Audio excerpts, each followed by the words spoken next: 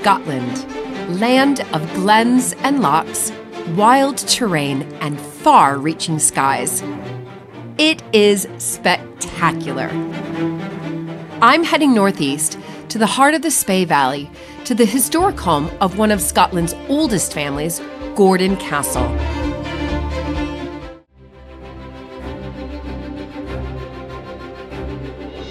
When I married into the British aristocracy, it was the start of a wonderfully exciting journey. But it was also a little daunting. I became a Viscountess, and for an American girl from a small town outside Chicago, that was quite a shock. I live with my husband Luke, heir to the Earl of Sandwich, and our family at Mapperton House in Dorset. Living in a place like this is a joy, but also a challenge. And every day we're aware that we're preserving a very special part of Britain's heritage.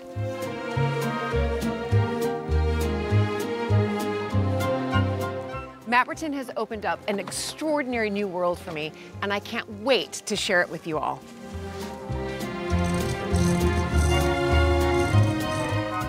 So if you love castles and manors and stately homes as much as I do, please join this American Viscountess as I journey into the British countryside in search of some of Britain's finest historic houses.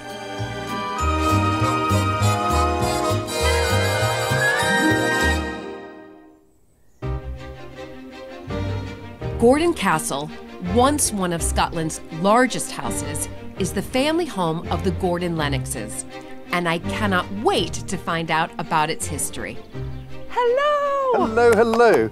How lovely to see you again. It's so nice to see you. It's just brilliant. Oh, right, and look at, I keep saying I bring the sun, or maybe you brought the sun for me. You're very lucky. It's not always like this. Oh, I don't know. Although Angus persuaded me to come and live here by saying it was the sunniest place in Scotland, which is probably true. It's a relative term, though.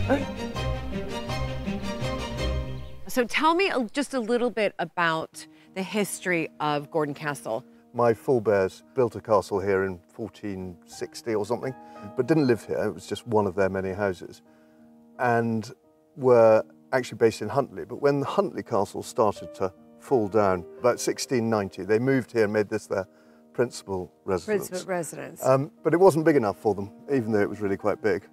But was this originally built, because to me, as I look at it, it looks like a real fortress. Was it built to defend? Well, I think the original bit was the built tower to defend. around the tower. Right. But actually the fourth Duke of Gordon decided to turn it into a show house. So he extended it enormously, and actually, because it was all rather romantic, he put the battlements on. There weren't really any battlements before and that sort of stuff. But he turned it into an absolutely huge house. And you can only see about a fifth of it now, because my grandfather knocked it all down. So at its heyday, which was from the 1770s until about the 1940s, it was 569 feet long. So it was a huge place. And we're a bit relieved that it's not that big anymore.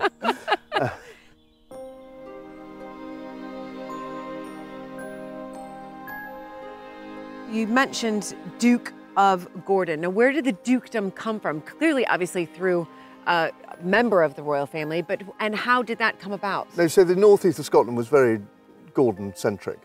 And my history is probably not good enough to tell you exactly how it began. But he was called the Marquess of Huntly, and then one of the Marquesses of Huntly was created the Duke of Gordon. Okay. I mean, they had enormous lands in Scotland, about 300,000 acres, of which this was their main residence. But the fifth Duke, so the son, who'd had a very good Peninsular War and all sorts of things, he died without issue that he was prepared to talk about. Okay. So he left this to his nephew. So his sister, the fifth Duke's sister, so this was in 1836, the fifth Duke's sister had married someone called the Duke of Richmond, who lived at a place called Goodwood. Down in Sussex. Of course. And his son, the then Duke of Richmond, inherited all 300,000 acres and this place, and they lived part of the year up here and part of the year down at Goodwood. So this was brought into the Goodwood family. Yeah, got you. And then roll on a century, effectively. Right. And there'd been massive death duties and all that sort of stuff. Roll on a century, and all the Scottish lands were sold in the 1930s and 40s. Okay.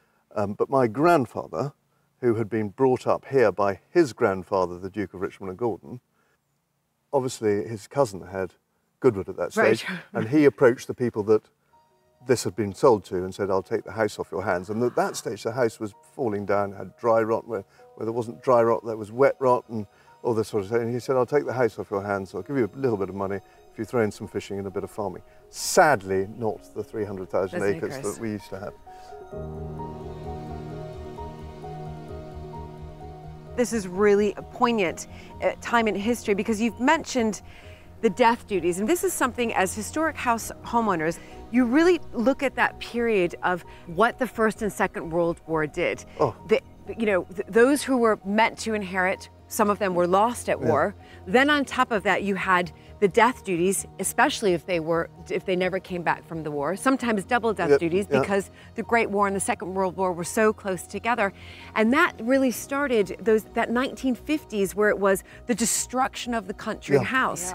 And you mentioned that this was sort of pulled down. This was pulled down. During that period. So the tower that you can see here was joined up to the whole of this castle, and the whole of this wing, there was exactly the same, the other side of the tower as well. But the main mansion block was in the middle. Was in the middle. But because his father had been killed at Ypres in the First World War, so that's why his grandfather had brought him up here and at Goodwood.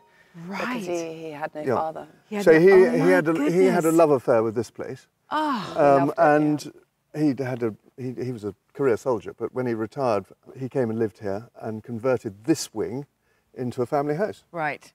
Wow. And knocked down the rest. Where Angus spent a lot of his summer holidays, because his father was also in the army and was also a general. So they travelled around, didn't you, Germany and Hong Kong and wherever. So this was very much home base. Right. And so he spent a lot of So you've his got childhood wonderful years memories. I've got Yes. wonderful memories. Yeah. No, I mean, you have to love a place like this to even think about taking it on, frankly. You have you to have really some do. kind of emotion. You've got to have emotion, Angus? which is actually why we did what we do to the castle. So we had great fun. We did it up to within an inch of its life. And it wasn't great fun replumbing, rewiring in the middle of the winter where we could only have site meetings with the builders for 15 minutes in the castle because it was so cold that it was actually 6 degrees warmer outside than it was inside the castle with no heating, no whatever. So you've been able to evolve it as a couple into making it, and that's what we have many of us had to do. Economically viable is the bottom line. We've got to A, try and make it economically viable, B, it's too big for just two of us. Our children are grown up and living in the south. So what we do is we rent it out to fishing parties and wedding parties and all sorts of corporate entertainment and things like that. But we keep some weeks back. So the week after next, we'll be completely full of all our children and their friends. Right. And frankly, that's why we do it. Right. But the reality is the roof needs to stay on. Yes. We've got to pay the people that look after the gardens. We've got to pay the groundsmen and all that sort of stuff. And the upkeep. The maintenance and the upkeep of stonework, of floors, of, the windows. I know. Everything. And but it was worth those sort of 15-minute in the freezing cold meetings to replumb, to rewire, to redecorate, to get the furniture so that you've made it. Yeah, but which also is great. It's really important that these houses are lived in. That's what gives it its uniqueness, is the fact that it's full of, laughing teenagers or tiny children, or I've got granddaughters now who are coming up and learning how to fish and running around the castle, and it's really exciting. And then for sort of paying guests, it's of giving them a taste of being really beautifully looked after in a really beautiful surroundings. And they can take those memories away with them as well. And we love seeing that. We love seeing people enjoy the castle as much as we do. Fantastic. Brilliant. So should we head in? Yeah, well, why don't we go this way? Okay.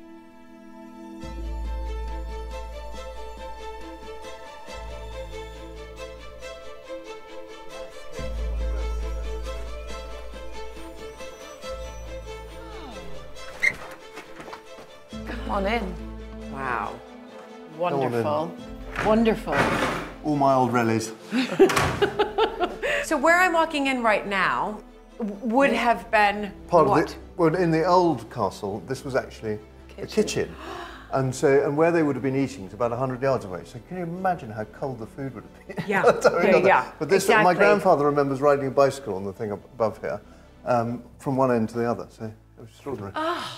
You've converted that into actually, my grandparents converted it into a hall. into the hall. Yeah. And they put this staircase back in, because the staircases had all collapsed. This is rather a grand room, and the reason it's a grand room is that, with these pillars, etc., is that this was the Dowager Duchess's apartment here.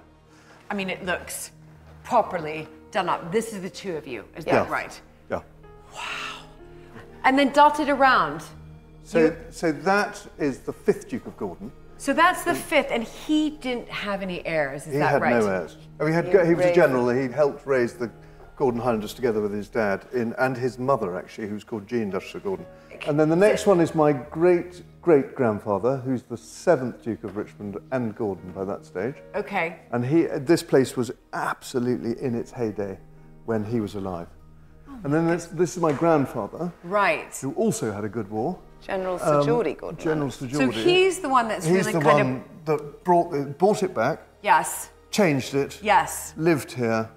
And he wasn't a wealthy man, because he was just a career soldier. So when he knocked down all of that part of the castle, he actually sold the stone. No, he sold the lead off the roof. And the lead off the roof, which then put the roof back on this part of the castle. Yeah. Clever. And built the staircases back. Staircases. But it's quite fun. He has always had a very beady stare. And sometimes when you're out there in the garden, you can see through all the way through. And he's always watching me. He's making sure you're doing it, he saved it, and now you've got to continue. Exactly. And so the 5th Duke is there, and you mentioned his father, and that's the one that you mentioned earlier as well, that he's the one that sort of built the Gordon Castle into the show castle. Exactly. It's really important in those days to have 365 windows. So well, it was keeping up with the Joneses, wasn't it? It was everyone in the south was extending their houses massively, and I think we're very grateful because it means that the windows are huge. They're not from the tiny keep and castle from a typical Scottish built to defend with tiny slit windows for your arrows. That part was around the tower, but when he extended, we got this wonderful light, these huge big windows, lovely big ceilings. Flat walls. Fantastic.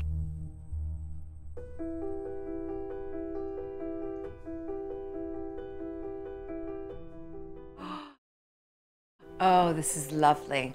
Absolutely lovely. So and a lot of Scottish houses had these entertaining rooms upstairs, but it is also why we do have a bit of an odd layout in the castle, because it was the kitchen downstairs. So to try and get it up to how people live today means that we've got some bedrooms downstairs, some bedrooms upstairs. Right, so commercially speaking, if I were to come here as a guest, I can hire out, rent out. We don't rent out rooms, so this is not a hotel. Right, you take the whole house. That's what I mean. So we want people to feel that they are genuinely living here. At home. At home for their week.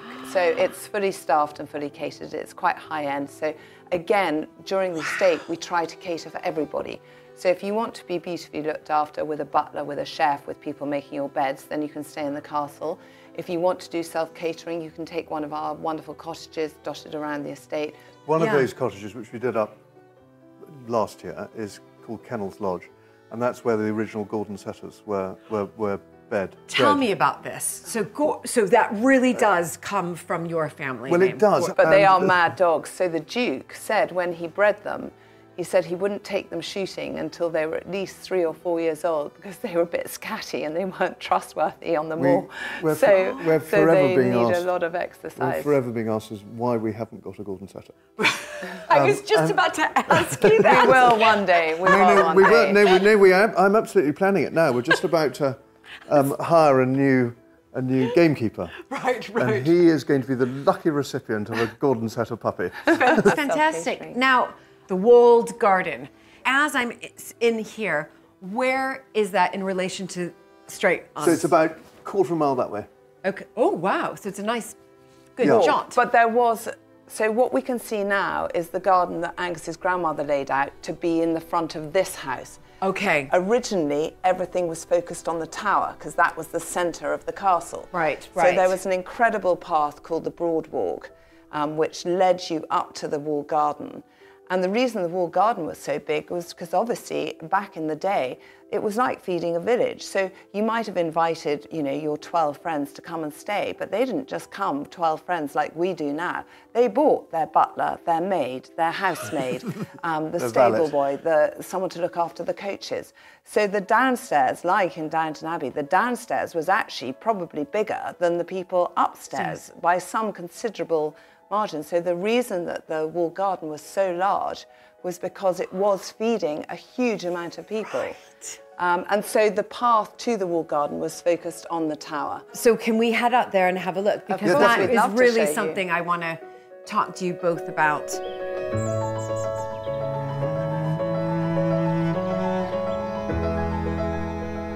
The historic walled garden at Gordon Castle is one of the oldest and largest kitchen gardens in Britain.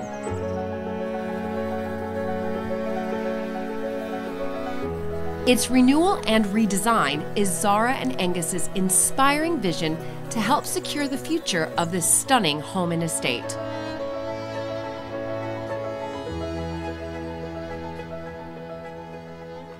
Okay, I'm actually speechless right now. This is like everything I could have ever dreamed of for a walled garden. Plus, you are Garden of the Year 2021 Historic Houses, is that right? That the year correct. After Matt Prettin. Yes. Yeah. The year after you. You showed us how. You showed us the way.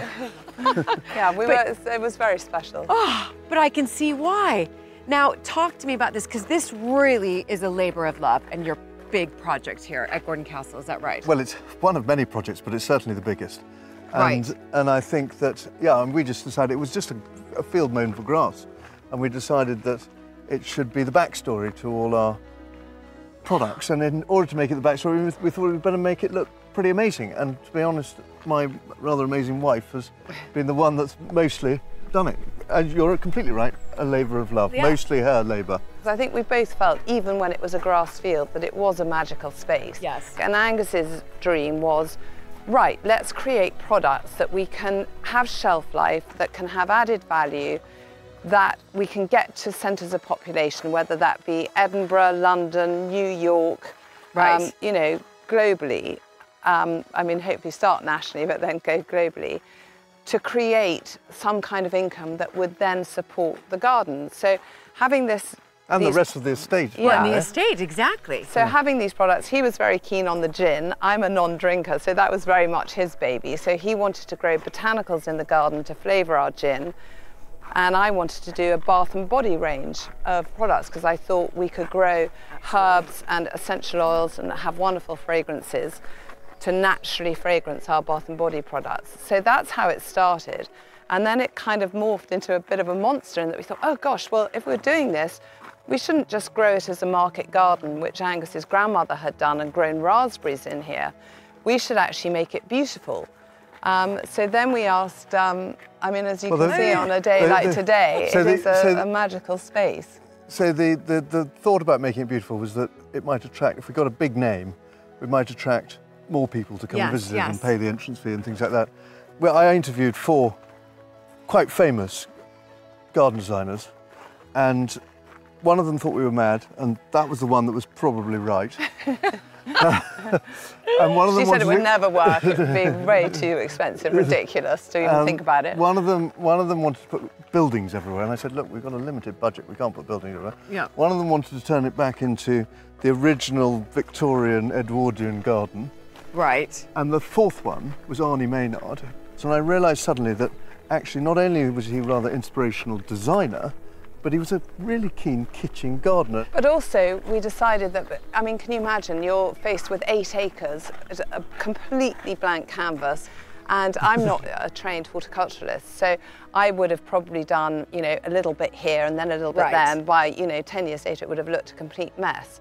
So we couldn't afford to have someone build a sort of instant Chelsea garden, but we did want to have a template, a master plan to work to. So we knew that we couldn't afford to buy very mature trees. Everything was going to have to be a tiny plug plant because, you know, the lavender, we needed 3,000 lavender plants. So we had to buy them as tiny plug plants because that was all we could afford. So we knew it was going to take between 5 and 10 years for the garden to be built, just doing the hard landscaping. I mean, which we still haven't finished. We've laid 48,000 bricks just to do the edges of the paths. I'm sorry, can you repeat that number? So 48,000 bricks just to do the edges. So there's 2.5 kilometres of path within this garden.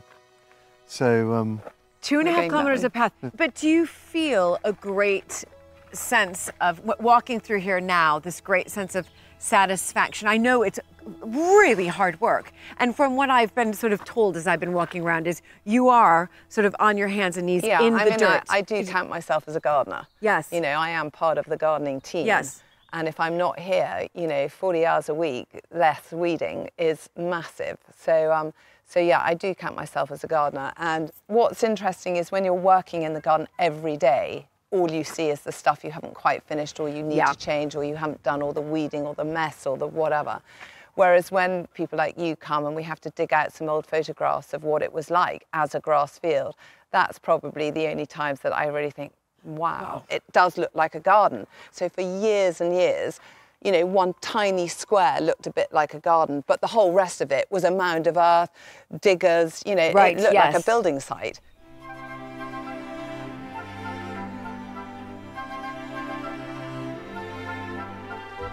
And now, it is a haven for insects and butterflies and the most tranquil of places to spend a glorious Scottish summer afternoon.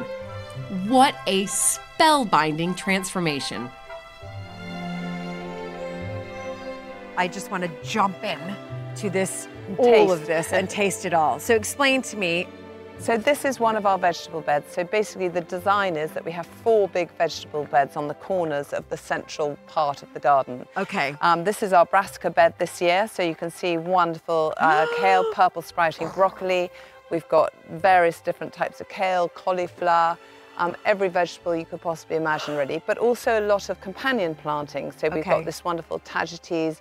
We do this white alyssum here, and it's edged with this catmint, it's Nepeta, Persian blue around the edges, which has sadly just gone over before you've arrived, but it was very vibrant blue. It attracts hundreds of bees. So it's all about, you know, sustainable gardening. We don't use sprays, we don't use pesticides on the fruit, and all of this, which would have originally gone to the castle to feed all of those people, now goes to the cafe. So this is lush, this is green, I want to eat it all. It's ready to be, you know, thrown into something and made into a recipe. But the season, here I am in Scotland, I'm quite far up north. Very far up north. I mean, we're lucky here, we're close to the Moray coast, so we don't have those really harsh winters that up the mountains you would have. I mean, we do get snow and we certainly get frost, but it's nothing like as bad as it in the Highlands themselves. So we have a pretty sort of mild climate. We have the wind. That's our worst thing for, you know, people come to the wall garden and think, oh, you've got the huge 15-foot walls all around the garden. It must protect it. Well, as you can see now, you stand in the middle of the garden and there's no protection. Close to the walls, there is obviously a big difference. But that's why we've planted quite a lot of hedges, but they haven't grown yet. Yeah, but when they do, and we've got a bit of height shelter belts and things, you know, we do need that protection. But again, we have this extraordinarily long daylight hours. So although, you know, people have got their sweet peas blooming in May and we don't have that because we've only just started our growing season, come June, July, when we've got, you know, 12 plus hours of daylight, suddenly all of our plants, you know, just keep growing in the night, basically. Right. June it's 22 hours of daylight. Yeah, so, you know, that's extraordinary. So our growing season is really quite short and quite intense. But we can still be picking sweet peas and flowers in October because we haven't had a frost yet, when everyone else's is over in July, August. That's right. So, you know, there is pluses and minuses.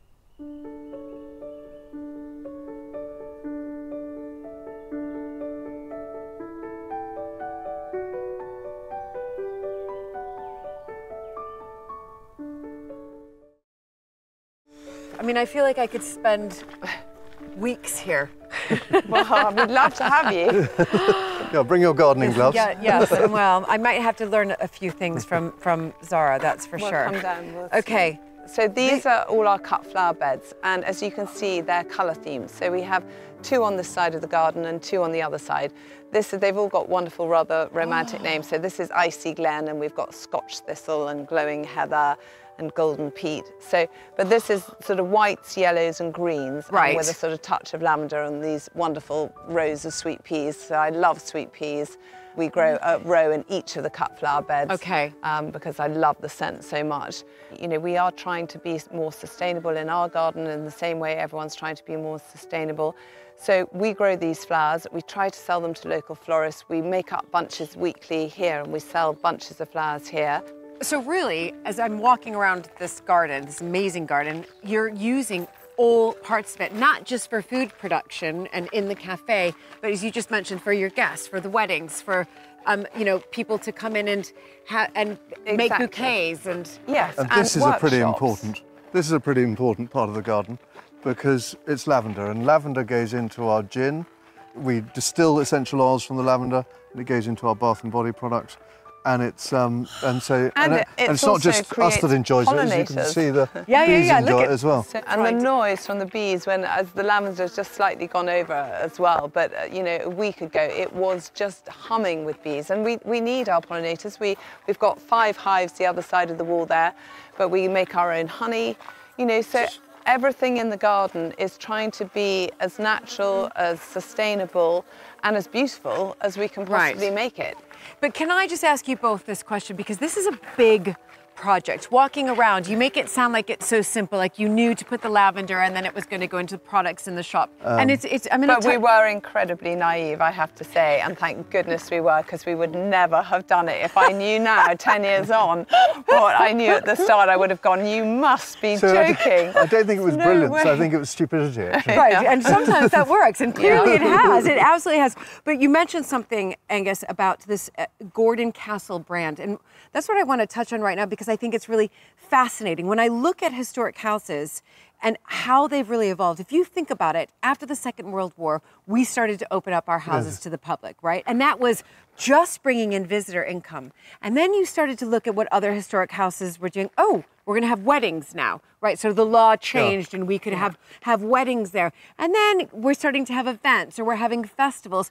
But you guys have really gone over and above and beyond that in creating a brand, so that if I'm coming to visit Gordon Castle, I'm not just going to walk away with the tea towel, right? The standard tea towel.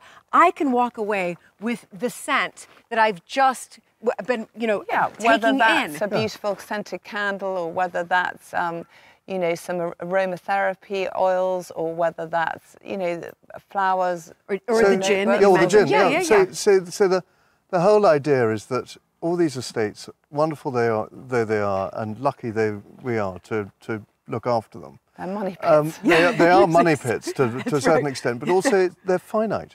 So you can only have so many visitors. You can only sell so many potatoes, or fishing on the river, or or bedrooms in a holiday cottage. Whereas the whole idea of the products is that we use a small amount of essential, and you can scale it up, and it becomes infinite.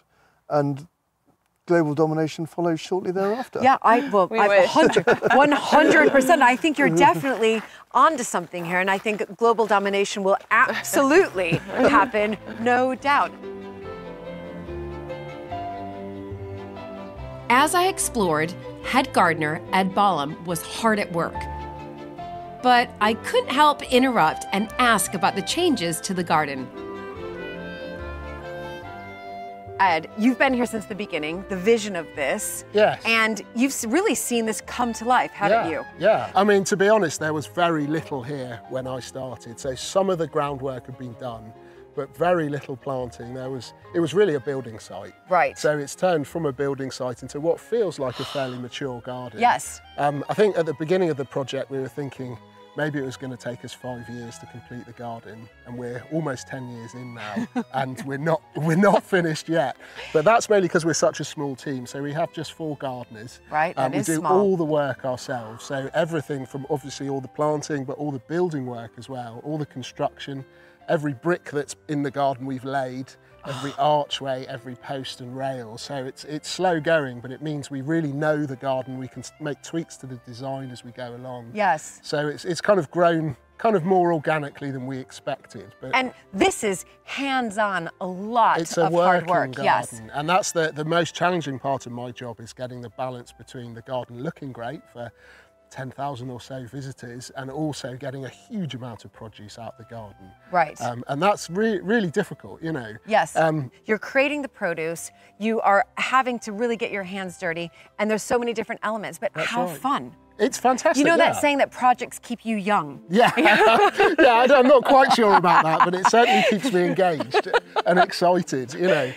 Thank you so much. No problem at all. Because you're very busy, so you took time out for me, and I really, really appreciate it. That's fine. Thank you very much.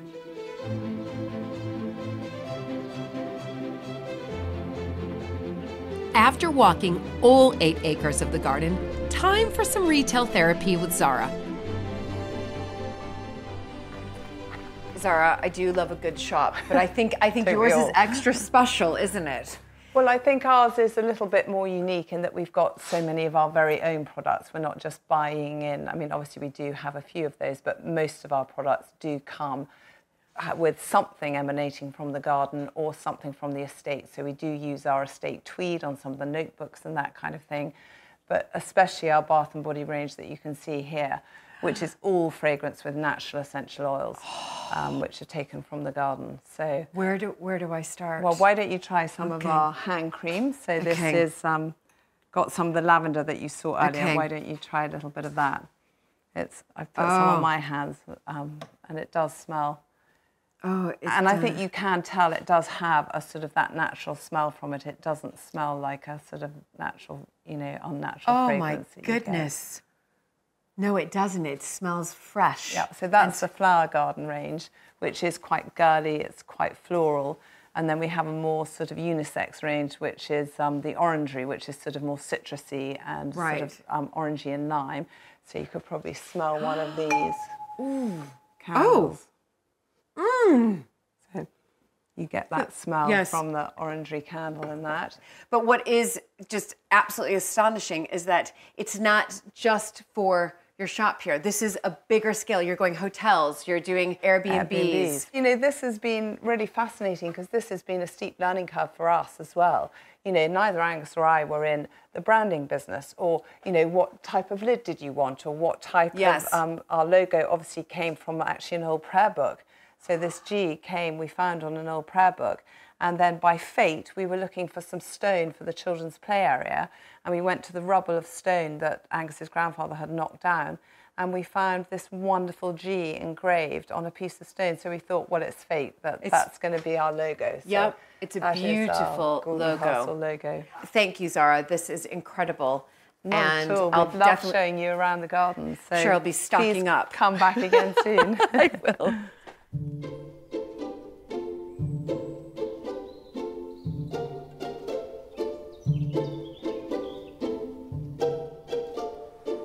The River Spey weaves its way through the Gordon Castle estate, boasting beautiful wooded landscape and some of the best salmon fishing in the world.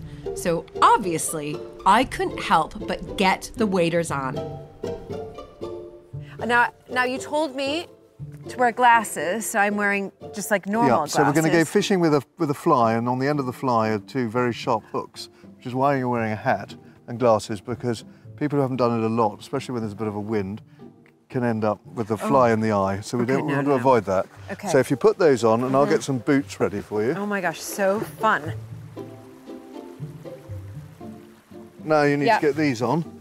Okay. Wow, this is quite a kit. It's like I'm going on the moon. And this is the River Spey, right? This is the River Spey. This is famous, isn't it? It's A, famous, and B, we're lucky enough to be on quite a famous bit of it. It's fantastic. Oh, okay. You put it on like a coat, okay, like yes. that. Okay, exactly. okay. All right. Thanks, Angus. It's fantastic. And then do it up the front. Yep. And you're all set to go, I think.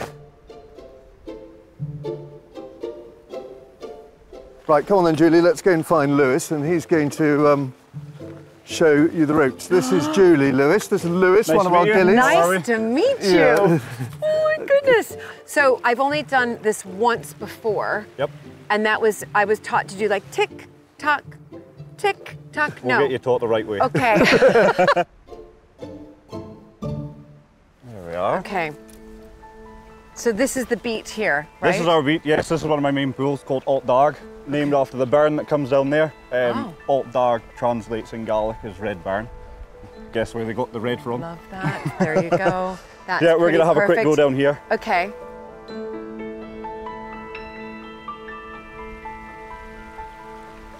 So that is not a TikTok, is that? No. So this is a bit longer rod than what you'd have probably used before. This is 15 foot in total. Okay. So you'd have probably been taught your overhead cast, which you say is that TikTok.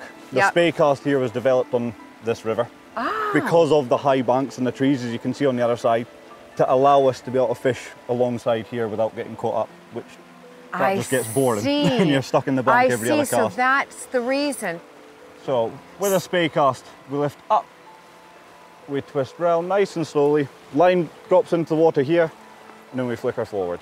Okay. So yeah, no point. Do it a couple more times for me. And then what happens? Then we sit back and let the river do its thing. It's fishing. Okay. As she comes through off the side of that foam line, you can see it on the water there. Yeah. That's kind of where we're looking for fish. Ah, where the foam line is. Okay. Yeah. So would you like to have a go? Okay. So right hand on the top, left hand down below the reel there. Okay. Start with the rod pointing down towards the water a bit. And then I go up. A nice gentle lift up, swinging round to the right, and a push forward. Okay. So yeah, a little bit quicker on the twist. Okay, let's just fix that. So I just gotta like do it? Yes. Okay, go down, not be afraid. Okay, go up. Okay. Nearly. I just want to get one right. That's all I want to do is try to get one right. Left. Okay, but what happened there? I felt that was good. So that was all right. Just final delivery, you're cutting under a little bit. We need to come over. Okay. Yeah. It's really hard. It's a bit like golf. How many? Yeah. It looks nice and easy. I'm terrible at golf. How many years have you been doing this, Lewis? So I've been here now for 9 years. Right. Yeah. But you just and grew so up? I grew up fishing on the river. Yeah. Every fish is different. Oh. Steady. We just got that one on there. I'm fired. I'm fired, everybody. Lewis is going to fire me. Oh my gosh. I mean, do you have to have like good hand-eye coordination? Does this mean I don't have good hand-eye coordination? No, not at all. No, it's just. I think it does. I mean, I'm okay at tennis. No, we'll get it. You know. It's a bit like riding a bike. You fall off a few times, then all of a sudden, away you go. That's it. Okay, I'm gonna try one more time, Lewis, and then I just might have to throw in the towel. All right. Okay, tell me when. Yeah, casting now. Oh, that was better. That was better. What happened there? So there, we're a little bit more in the air, but almost going towards your TikTok casting that we were doing. But flies in the water, we've got every chance. Okay, the fly is in the water. Yeah. We'll take that. I'm gonna take that and get a fish. Definitely. Right now.